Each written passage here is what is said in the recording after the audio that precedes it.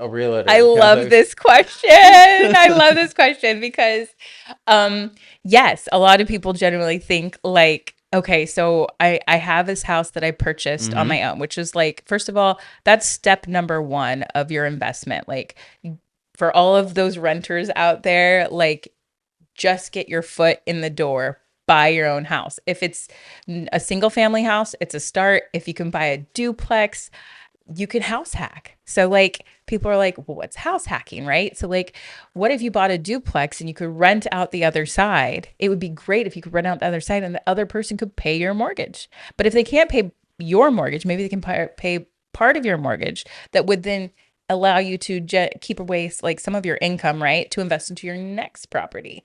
So like that's one type of a rental, right?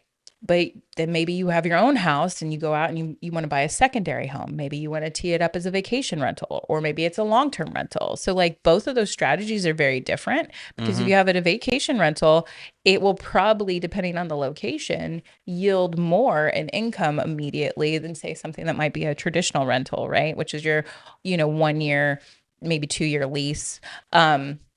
In which case, like where we're getting back to, right? It's income generation Right. so that you can put it back into what? Another property, right?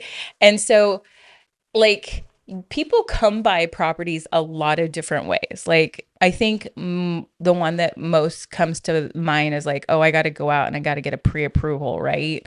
And I've got to get a loan.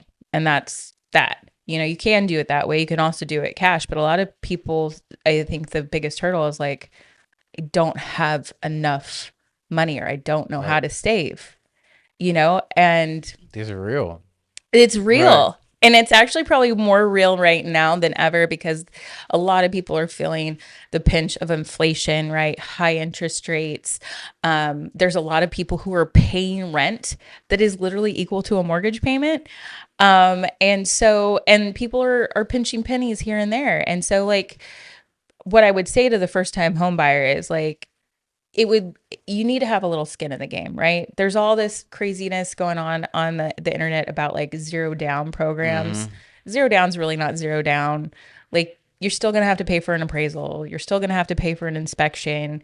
You'll probably have to give earnest money. And in North Carolina specifically, you'll probably put down due diligence money, Yep. which is very North Carolina specific. I just educated someone today about it who's coming in for California next week. I'm going to be showing them property. And it was like, what? Right. It was like that for me when I came from Pennsylvania.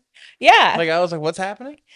You want me to hand over money I don't get back? Right. Like what's happening? Yeah. Yes, yes, sir. That's right. Yeah. Say it again, Chris, for the people in the back, please. Yeah.